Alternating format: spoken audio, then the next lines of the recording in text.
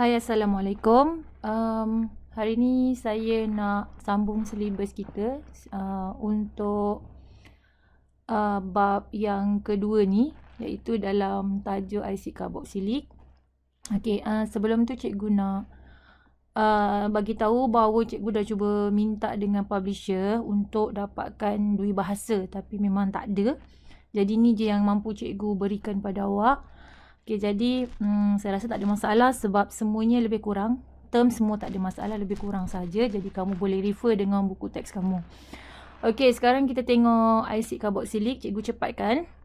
Okay, formula bagi asid karboksilik dia adalah CnH2n tambah 1 dan diakhiri dengan kumpulan berfungsi. Okay, kumpulan berfungsinya ialah COOH. Okay, COOH dan N-nya adalah sama ada 0, 1, 2, 3 dan seterusnya. Okay, itu ialah formula bagi asid karboksilik. Okay, sekarang kita nak tengok pula kumpulan berfungsi bagi kumpulan karboksil. Okay, so sekarang kamu boleh tengok dekat bawah ni. Ini ialah kumpulan berfungsinya. Okay, kalau kamu lihat mana-mana formula kimia dan struktur, kalau diakhiri dengan COOH, kamu automatically tahu itu ialah dia dalam kumpulan asid karboksilik. Dalam kumpulan asid karboksilik. Itu formulanya. Dan kamu pun tahu kita ada struktur dia. Strukturnya kamu boleh lihat di sini di mana cara penyusunan dia. Okay, cara penyusunan dia di mana hujung, okay, dia ada ekor dia. Dekat belakang ni dia akan ada ekor dia. Dia ada ekor dia. Ekor dia apa? Yang macam ke atas yang macam saya dah tunjuk tadi. Dia ada formula kan? Ekor dia ialah CnH2n tambah 1 dan dia akan connection dengan C. Dan C itu dia ada bersambung dengan ataupun dia berikat dengan O dan satu lagi dia akan ikat dengan OH. Jadi cikgu nak ingatkan, selalu cikgu nak ingatkan, bila kamu buat lukisan struktur, mesti ingat bahawa kumpulan berfungsinya, okay, iaitu yang hujung tu COOH tu, mesti jangan salah lukis. Di mana C dia akan bonding dengan O. Okay. Dan satu lagi pun sama. Dia akan bonding dengan OH. Jadi kalau melukis jangan sampai terbalik. Okay. Contohnya ramai yang salah selalu buat double bond O. Sama ada dia buat H, O. Ataupun bondingnya salah. Bondingnya salah bila kamu terbalik. Dia takkan bonding dengan H. So, C akan bonding dengan O. Okay. So, jangan silap dekat situ. Okay, banyak kali cikgu ingatkan. Jadi, harap jangan ada yang buat kesalahan ni. Okay. Itu ialah tentang bonding. Bonding di antara dia punya kumpulan berfungsinya. Banyak kali cikgu ingatkan. Setiap kali mengajar, cikgu mesti akan cakap benda yang sama. Sebab itu yang selalu pelajar ulang. Okay, so contoh asid karboksilik. Okay, kamu boleh jumpa dalam buah-buahan dan juga kamu boleh jumpa dia dalam serangga dan juga semut. Semut. Serangga lah, dalam kategori serangga juga kan. Dan kalau kamu tengok ada yang kamu tak pernah jumpa. Kamu tak pernah jumpa. Namanya asid malik, asid stirik, asid ascorbic, asid formic. Kamu tak jumpa bernama tu, itu kita panggil common name ataupun nama biasa. Nama biasa dia. Okay, so nama biasa dia tak sama dengan nampak macam tak sama, tapi sebenarnya ialah benda yang sama. Cuma kita ada nama IUPAC. Nama IUPAC yang kamu dengar akhirnya hujung dia OIK. Itu ialah nama IUPAC dia yang diberikan. Tapi dia ada common name. Common name tu yang macam cikgu cakap tadi, acid formic. Itu ialah common name. Okay. Yang tu kamu boleh bacalah. Kamu boleh baca. Okay, di dalam contoh ataupun kamu boleh search semua orang kalau di internet boleh search cari common name dia. Okey, tapi yang tu jangan risau sebab kita jarang guna common name dalam peperiksaan ataupun jarang ditanyakan apa nama common name dia. Selalu kita akan suruh bagi nama mengikut nama IUPAC. So jangan risau. Dan struktur pun saya rasa kalau sebut ethanoic semua orang akan tahu macam mana rupa struktur ethanoic. Metanoic macam mana struktur bagi metanoic. Okey, kalau nak tahu formic, ascorbic, citric, malic, yang tu kamu kena search lah. Kamu kena cari satu-satulah nama IUPAC-nya apa. Okey. Okey, so itu saja cikgu bagi tahu sikit. Okey, sekarang kita terus pergi bagi penamaan. Saya rasa semua orang suka bahagian penamaan ni. Kita dah belajar penamaan ni semasa di sekolah, tapi kita belajar untuk bagi penamaan alkena, alkana dengan nama-nama kumpulan yang lain, alkohol. Semua kita dah tengok. Okay, so sekarang kita lihat macam mana nak bagikan nama bagi asid karboksilik ni berdasarkan kepada penamaan IUPAC dia. Macam cikgu cakap tadi lah, penamaan IUPAC dia akan berakhir dengan OIK. So lihat satu, yang pertama sekali nombor 1, langkah 1, tentukan bilangan atom karbon. Okay, yang kita dapat daripada nama alkana, dia setara dengan nama alkana. Okay, kalau saya kata alkana bermula dengan etana, okay, so nama dia punya asid karboksiliknya akan bertukar. Ana jadi OIK. So semua orang tahu. Alkana, kalau misalnya kata alkana ni ialah etana. So dia punya nama asid karboksiliknya ialah etanoik. Kalau akhirnya ialah mulanya bermula dengan etana, dia akan berakhir dengan etanoik. So setara dengannya. Itu maksud setara. Okey. Seterusnya, okey, kita lihat contoh. Okey. Lihat contoh. Okey, kalau sekiranya kita lihat contoh, macam kamu tahu, kalau sekiranya molekul itu ada satu C. Okey. Molekul itu ada satu C. Kalau ada satu karbon, okey, dalam kumpulan alkana, kalau satu C dia nama dia ialah met. Okey, mula dengan met. So berakhir dengan ana. So dia akan jadi metana. Okey, jadi metana. Tapi bagi asid karboksilik dia masih met juga. Sama bila satu C dia masih met juga. Tapi seperti yang saya kata tadi, di hujungnya kita akan tukar dengan nama dengan perkataan OIK. So namanya akan berubah menjadi metanoik. So yang kedua. Yang kedua tu contoh. Saya bagi contoh 2 je lah. Okey, formula bagi yang kedua. Kamu lihat yang ni. Okey, kamu lihat berapa bilangan karbon dia. Okey, berapa bilangan karbon dia? Jawab Okey, bilangan karbon dia ada 2. Ada 2. So bila 2 bagi alkana automatically. Kalau 2 kita tahu nama dia bermula dengan et. Bermula dengan et. Dan berakhir dengan ana. Jadi menjadi etana. Ini bila karbonnya 2, et jadi etana. Kalau asid karboksilik sama juga. Okey. So dia akan jadi etanoik. Dia akan jadi etanoik.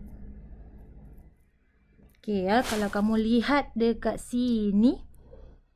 Dekat sini dia macam terkurang 1. So betulkan ada typing error dekat situ.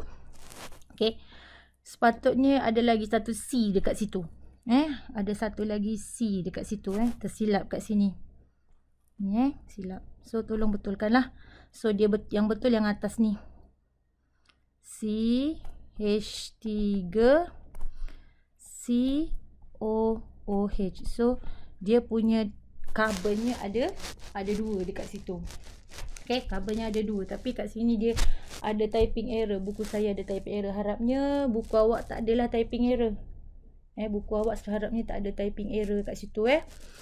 Saya punya slide saja mungkin ada kesilapan. Terlupa dia nak betulkan agaknya. Publisher mungkin lupa nak betulkan. Okey, so saya rasa tak ada masalah. Daripada segi penamaan, tengok sahaja kepada bilangan karbon. Yang pertama. Yang kedua, melihat kumpulan berfungsi. Nampak saja COOH. So kamu dah tahu berapa. Kalau 3, ada 3 C, berapa? Apa nama dia? Kalau ada 3 C. So kalau ada 3 C, maksudnya nama dia ialah propanoid. So yang ketiga ialah propanoid. Okey. So itu ialah tentang macam mana nak berikan penamaan. Okey. Seterusnya. Kita lihat pula yang seterusnya. Menamakan rantaian asid karboksilik yang bercabang.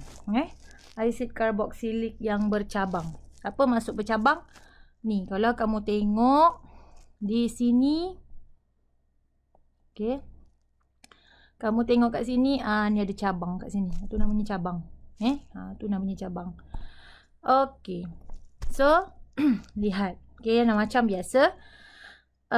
Benda yang kita nak buat ialah kita lihat apa?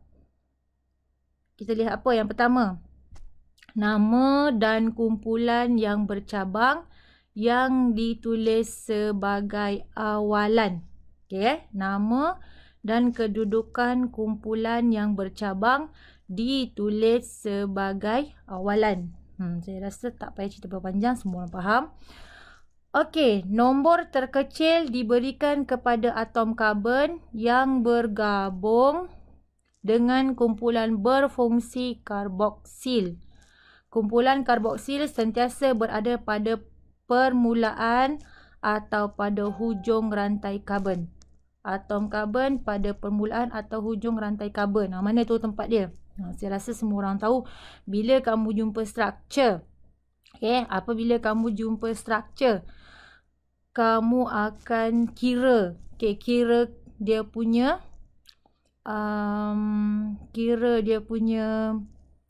karbon dia. Karbon yang pertama. Karbon yang pertama mesti ada dekat pada karbon tersebut mesti ada kumpulan berfungsi. Kumpulan berfungsi berada pada karbon yang terkecil. Tu mesti kamu kena ingat. Kumpulan berfungsi mesti ada pada karbon yang terkecil. Macam contoh kat sini.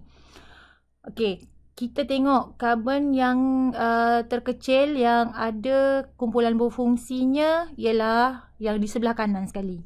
Ni yang pertama.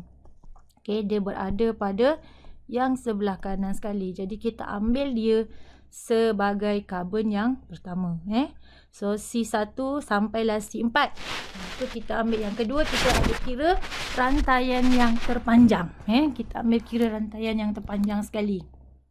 Okey, kalau kamu kira daripada sebelah kanan sampai ke hujung yang rantaian terpanjang sekali, yang paling panjang adalah 4. Jadi kat situ automatically kamu tahu bila yang ada 4 karbon, so nama dia mesti adalah 4 apa? 4 mestilah but. But. Dan berhujung dengan berakhir dengan oid. So dia akan nama dia jadi butanoid. Okey. Jadi dia akan jadi butanoid kat situ. Kenapa butanoid? Sebab ada 4 karbon. 1, 2, 3, 4. So ada butanoid kat situ. So ada 4 karbon. Okey, mana datang metil kat sini? Kenapa datang metil kat sini? Kenapa datang metil? Sebab okey, saya padam balik. Kenapa datang metil kat situ? Sebab pada karbon yang kedua. Okey, lihat karbon yang kedua. Ada apa ni kat sini? Pada karbon yang kedua ada satu kumpulan alkil. Ingat lagi kumpulan alkil? Apa dia kumpulan alkil? Kumpulan alkil ialah alkana, ataupun struktur yang kehilangan satu hidrogen. So kita panggil dia kumpulan alkil kat situ. So alkil ni dia telah bercantum dengan karbon yang kedua. Dia bercantum dengan karbon yang kedua.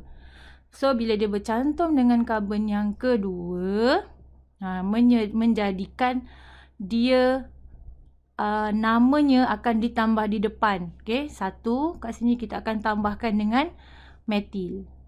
Metil. Lepas tu kenapa ada nombor 2 di depan? Kenapa ada nombor 2 di depan? Kerana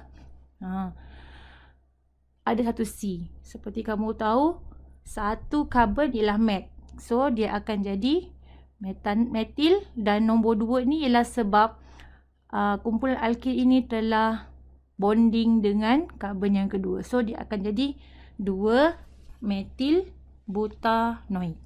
2 metil butanoik. Faham ke tak? Cikgu harap sama kamu ingat lagi. Kalau kamu ikut kelas saya yang lepas, sebenarnya kalau tengok muka lagi senang kan? Tapi jumpa lagi mudah kan nak tanya. Saya rasa siapa yang ikut kelas saya yang lepas tak ada masalah. Sebab dia punya cara penamaan lebih kurang sama sahaja. Okay? Cuma dia daripada kumpulan berfungsi yang berbeza. Okay? Saya rasa tak ada masalah yang kat situ. Semua orang masih ingat. Saya harap semua orang masih ingat macam mana cara penamaan-penamaan yang sebelum ni. Okay? Okay, kat sini ada latihan. Latihan tu kamu buat sendiri. Cikgu harap kamu boleh buat sendiri latihan. Kamu pun dah nampak, kamu boleh scroll balik kat situ, boleh dapat jawapan, tapi harap taklah salin saja. Kamu cuba buat sendiri. Okey, jadi sekarang cikgu terus pergi pada penyediaan asid etanoik. Penyediaan asid etanoik. Macam mana nak sediakan asid etanoik? So, kita lihat yang pertama sekali. Kita perlu ada, kat sini kita gunakan etanol untuk hasilkan asid etanoik. Okay. Etanol untuk hasilkan asid etanoik. Okay. Dan kita ada ejen pengoksidaan. Kita ada ejen pengoksidaan. Contohnya yang biasa kita jumpa dalam makmal ialah apa? Saya dah bagi tahu kan. Iaitu kalium manganat berasid. Okay, itu yang selalu kita jumpa. Okay, itu yang selalu kita jumpa. Tapi ada lagi satu, iaitu kalium dikromat berasid. Yang itu kita selalu tak gunalah. Okay, satu je yang kita selalu guna, manganat. Tapi kamu kena tahu, manalah tahu kan, tiba-tiba dalam soalan exam dia akan tanyakan ataupun dia gunakan. So jangan ada yang tak tahu kalau tak pernah dengar. So ada 2. Okay, macam yang kamu kalau masih ingat lagi, dalam struktur kita takkan letakkan formula kalium manganat dalam persamaan tindak balas. Kita hanya letakkan yang ini sahaja. O sahaja. Saya harap kamu ingat lagi lesson yang lepas. Bila berkaitan dengan kalium manganat ataupun kalium dikromat dalam persamaan tindak balas, dia hanya akan letakkan O sahaja. Jangan ada yang letak KMNO V berasid kat dalam tu kamu buat formula dia, tak ada. Okay, hanya letakkan O sahaja di situ. Alright, seterusnya kita lihat. Kita lihat daripada etanol nak ubah menjadi asid etanoik. Okay, kita perlukan kalium manganat. Dan apa yang berlaku ialah, dalam struktur etanol kita memang dah ada OH. Dalam struktur etanol kita memang dah ada OH kat situ. Okay, seperti yang kamu tahu, dalam alkohol kumpulan berfungsinya ialah OH kat situ. Jadi, bila kita tindak balaskan dengan kalium manganat berasid, apa yang berlaku di sini ialah O daripada tindak balas tadi, O akan masuk dalam struktur dan jadi double bond O kat situ. So kat sini kita dah tahu dah kumpulan berfungsinya.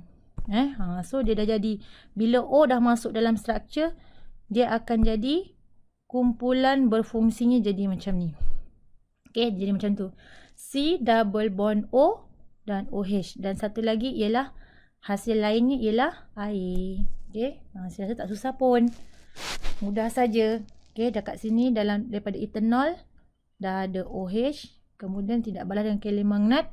Kemudian daripada kalium manganat tu dia akan masuk oksigen. So oksigen ni ialah double bond. So dah jadi C double bond O OH. So dah hasilkan asid etanoik. Macam mana boleh hasilkan air? H daripada sini, daripada ni, H ni akan keluar dan dia akan bergabung dengan satu lagi O yang ada pada O yang ada pada kalium magnat tadi. So dia hasilkan air. So tak ada masalah kat situ. Mudah saja. Okey. Seterusnya sifat-sifat fizik asid karboksilik. Okey, sifat fizik saya rasa tak susah sangat. Kamu boleh baca. Okey. Cikgu nak pendekkan video ni sebenarnya, tak mahu panjang-panjang. Okey, asid karboksilik ni kamu boleh baca sifat fizik dia. Okey, cuma okey, cikgu nak nyatakan yang ni. Nak terangkan yang ni. Okey, nyatakan sifat fizik yang berubah apabila bilangan atom karbon per molekul bertambah. Okey. Apabila bilangan atom karbon per molekul meningkat, asid karboksilik menjadi kurang larut. Dia menjadi semakin kurang larut. Okey, maknanya semakin panjang struktur tu, dia akan menjadikan asid ni akan jadi semakin kurang larut. Maksudnya, kalau kamu buat perbandingan, kalau C-nya 1, kalau ada C2, C-nya 3, semakin banyak dia punya karbon dia, so dia akan jadi semakin kurang larut. Tu maksud dia. Semakin bertambah karbon dia, so semakin kurang larut. Tu dia punya sifat fizik yang pertama.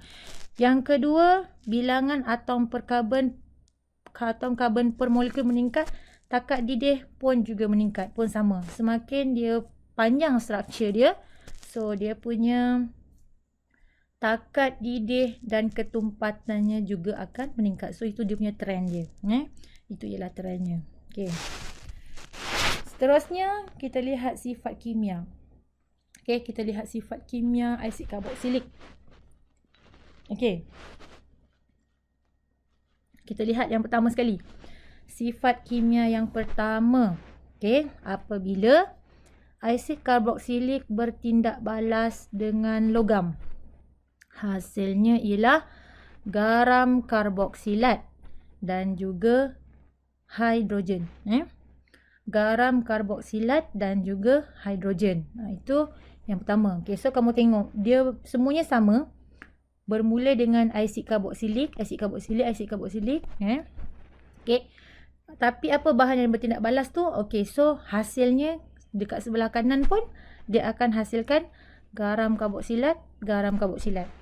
Okay, cuma dia punya hasil sampingannya saja yang berbeza. Kalau kamu tengok asid karboksilik dengan logam, dia akan hasilkan garam karboksilat dan juga hidrogen. Kalau dia bertindak balas dengan base atau alkali. Okey, asid karboksilik bertindak balas dengan base atau alkali.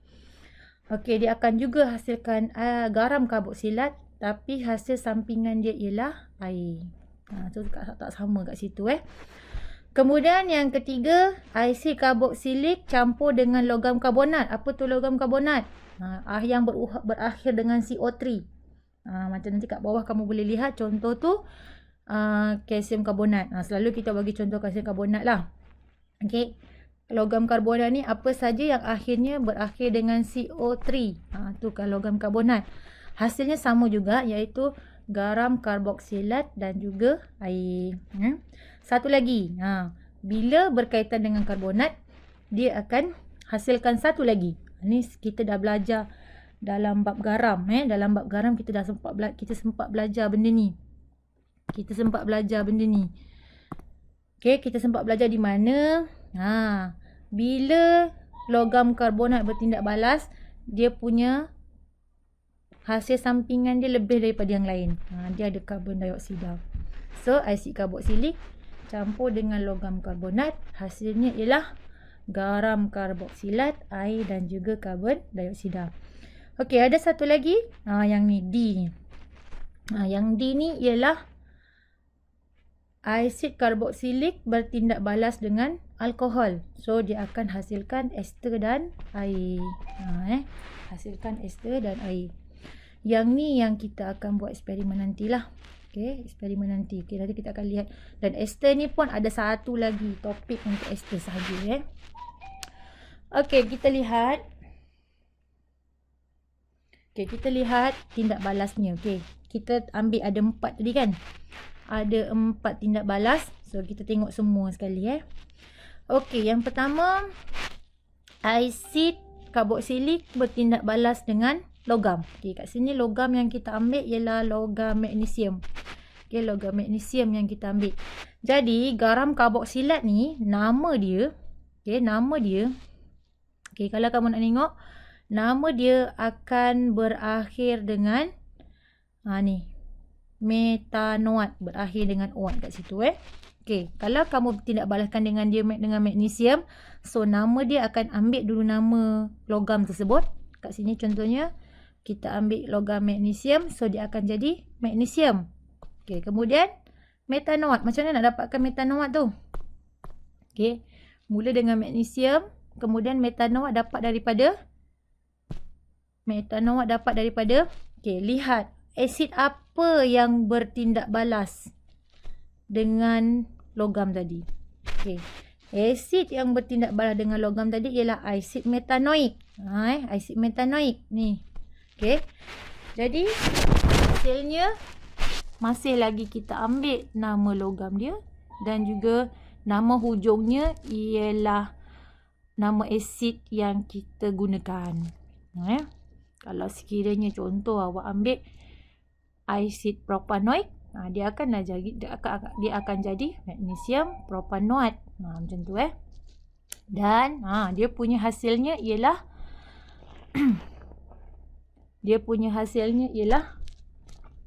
hidrogen. Hidrogen. Hasilnya ialah hidrogen. Okey, dekat saya punya slide ni, okey, ada silap lagi. Okey, ada kesilapan di mana dia ada letakkan air kat situ dia tersilap tu kat situ. Dia tak ada air sebenarnya, dia hanya ada hidrogen sahaja. Dia ada typing error kat sini. Okey, sepatutnya jawapannya hanyalah magnesium metanoat dan hasil sampingannya ialah hidrogen. Okey, jadi tolong betulkan. Saya harap buku kamu betul sebab saya punya slide ni pun versi yang lama rasanya ada beberapa typing error. Okey. Seterusnya yang kedua. Asid propanoik bertindak balas dengan natrium hidroksida. Asid propanoik ni ialah kita punya asid karboksilik. Natrium hidroksida ni ialah base ataupun alkali. Alkali lah. So hasilnya masih sama juga. Namanya dia akan ambil nama natrium ni tadi diletakkan sebab logam kita nama alkali kita bermula dengan natrium tadi, dan propanoat kita dapat daripada asid yang kita gunakan. Okey. Okey, so kita ambil daripada asid yang kita gunakan. So tukar sahaja natrium, lepas tu propanoik jadi propanoat. So nama dia akan jadi natrium propanoat. Okey, dan kat sini pun ada tersilap kat sini. Buang kat sini. Saya punya ni karbon dioksida tu tak ada sepatutnya. Dia hanyalah dengan air sahaja. Dia hanyalah dengan air sahaja. Okey, seterusnya yang ketiga. Asid karboksilik dengan logam karbonat. Di sini kita ambil contoh kalsium karbonat. Kita ambil contoh kalsium karbonat. Sama juga ambil namanya, logamnya. Kemudian etanoat dapat daripada asid yang kita gunakan. So nama dia akan jadi kalsium etanoat campur dengan air. Dan yang ini memang ada karbon dioksida sebab dia datang daripada karbonat tadi. So dia akan hasilkan karbon dioksida. Okey. Saya rasa mudah saja. Cuma kena betulkanlah. Saya punya slide tadi tersilap, so tolong betulkan. Okey, seterusnya tindak balas alkohol menghasilkan ester. Ini yang menarik sebenarnya. Ini yang semua orang tunggu-tunggu, tapi sebab cuti kan, so tak dapat nak buat eksperimen tu. Saya sempat buat dengan pelajar 5J hari tu, buat ester. Okey. Okey, tindak balas menghasilkan ester daripada alkohol. Okey, sekarang kita lihat, nak hasilkan ester mesti ada asid karboksilik, mesti ada alkohol. Okey, asid karboksilik dengan alkohol, hasilnya ialah ester dan juga air. Okey. Dan tindak balas pengesteran. Yang ni dia akan belajar. Dia kata kita akan belajar dalam bahagian seterusnya sebab kita ada satu tajuk ester. Dan untuk menghasilkan ester, kita perlu ada satu mangkin. Yang kita selalu guna ialah asid sulfurik pekat ataupun concentrated sulfuric acid. Okey. Seterusnya kita lihat bagaimana pengesteran berlaku. Okey. Yang ni kita lihat asid karboksilik dan juga alkohol bersama ni concentrated sulfuric acid. So kalau kamu lihat ada yang dia bolkan kat sini Yang dia bolkan tu apa? Yang dia bolkan tu nanti dia akan keluar dan dia akan jadi air kat sini. Dia akan keluar daripada struktur asid OH akan keluar daripada asid karboksilik dan H dekat alkohol tu pun akan keluar dan dia akan hasilkan air kat hujung. Jadi yang lain mereka akan bercantum di sini dan dia akan jadi ester. So kita lihat contoh kat sini. Kita ambil asid etanoik contohnya. Yang ni selalu dalam makmalah kita akan buat asid etanoik dan juga etanol.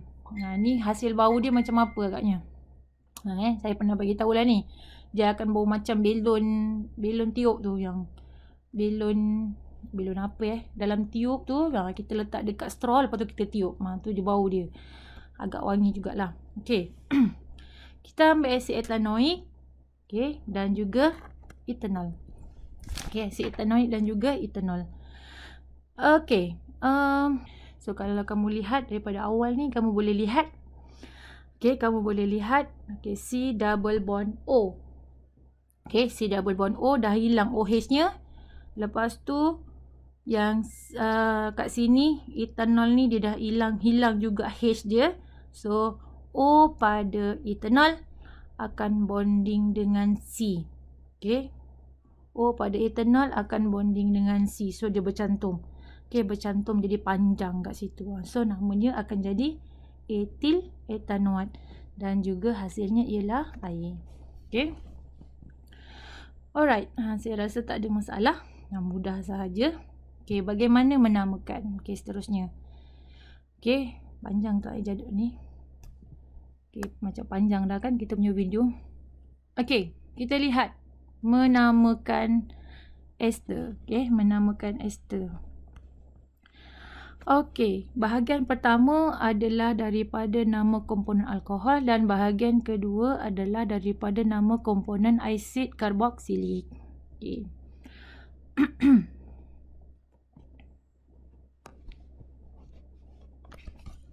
Allahu Akbar. Susahnya.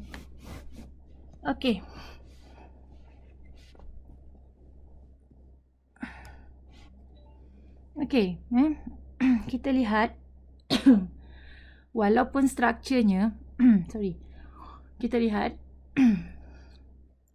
kalau kita lihat penamaan dia punya nama dia daripada nama pertamanya daripada alkohol, nama keduanya daripada nama asid karboksilik. Kalau kita lihat ke atas walaupun struktur dia kita susun walaupun strukturnya kita susun daripada asid etanoik dulu, kemudian barulah daripada alkohol. Tapi bila menamakan kita akan ambil daripada alkohol dulu, baru kita ambil daripada nama asid karboksilik. Contohnya kat sini. Contoh dekat sini kita lihat struktur ni. Struktur ni kita ambil daripada yang sebelah atas. Daripada contoh yang atas tadi. Kita ambil struktur C double bond O, kemudian dia bonding dengan O pada alkohol tadi. Kalau kamu lihat ada dua bahagian kan. Sebelah kiri ialah daripada asid karboksilik. Sebelah kiri ni daripada asid karboksilik kan. Okay, yang sebelah kanan ni daripada alkohol. Tapi bila kita namakan dia, kita akan mulakan dengan alkohol dulu. Yang alkohol ni contohnya etanol. Etanol akan jadi etil. Okay. Kemudian kita ambil pula etanoik. Etanoik ni dia akan jadi etanoat. Sebenarnya tak susah. Mudah saja. Okay, kita lihat. Ada contoh tak? Oh, tak ada contoh Kalau ada contoh nanti sebab mungkin kita akan jumpa contoh lebih banyak pada kita akan belajar satu lagi topik ester. Kita akan belajar topik ester nanti. Okay, tapi saya rasa tak susah pun nak faham dia. Cuma kita terbalikkan saja. Kita akan namakan yang pertama ni dia daripada alkohol. Yang ini namanya daripada asid karboksilik. Jadi jangan tersilap bagi nama. Jangan sampai terbalik. Walaupun strukturnya bermula dengan asid karboksilik dulu, barulah alkohol, tapi penamaan mesti daripada alkohol dulu, barulah daripada kumpulan asid karboksilik. Okay. Alright. Yang ini ialah ini ialah eksperimen yang kita akan buat lah sebenarnya. Kita akan buat. Saya harap awak isi dulu. Okay, awak isi dulu. Okay, awak isi dulu. Eksperimen ni kita akan buat dan kita akan bincang dalam makmal lah. Kalau lah harap-harap kita dapat naik cepat lah So kita boleh buat eksperimen ni. Okay. Okay, lihat kegunaan dia. Okay, kegunaan dia ada beberapa di situ. Okay, kamu pun boleh tengok kegunaan dia. Okay, yang pertama untuk buat ubat, bagi asid etanoik untuk buat ubat seperti aspirin, sebagai perasa makanan dan pengawet. Asid metanoik menggumpalkan latex, pembuatan warna, pembuatan pewarna rambut, kulit buatan dan juga racun serangga. Asid sitrik perasa dalam minuman bergas dan antioksidan dalam kek dan biskut. Dan juga asid lemak untuk membuat sabun. Okey, kita dah habis dengan asid karboksilik. Okey, kalau ada pertanyaan, saya rasa awak bolehlah PM saya ke, tanya dengan saya kalau ada pertanyaan. Dan okey, dekat muka surat yang seterusnya 85 tak silap cikgu ada latihan. Ada latihan di mana dia bagi kamu struktur. Okey, dia suruh kamu tuliskan formula molekulnya, kemudian tuliskan dia punya formula bahagian alkohol dan formula molekul bahagian asid karboksiliknya. Kemudian bagi nama alkoholnya, nama asid karboksilik dan nama esternya. So kamu cuba buatlah yang tu sebagai latihan. Okey. Oleh kerana kita cuti panjang, jadi masing-masing kena rajinlah dah buat kat rumah supaya nanti bila kita naik sekolah kita boleh jalan dengan lajulah lebih cepat. Kalau tak faham, saya rasa awak boleh PM saya, tanya. Saya cuba bantu sedaya upaya saya dari rumah. Okey. Okey, ataupun boleh juga tanya kawan-kawan kalau rasa kawan-kawan pun boleh membantu. Okey, jadi saya harap kamu belajar di rumah, jaga kesihatan, stay at home. Okey, itu saja hari ini. Okey, Assalamualaikum warahmatullahi wabarakatuh. Selamat sejahtera.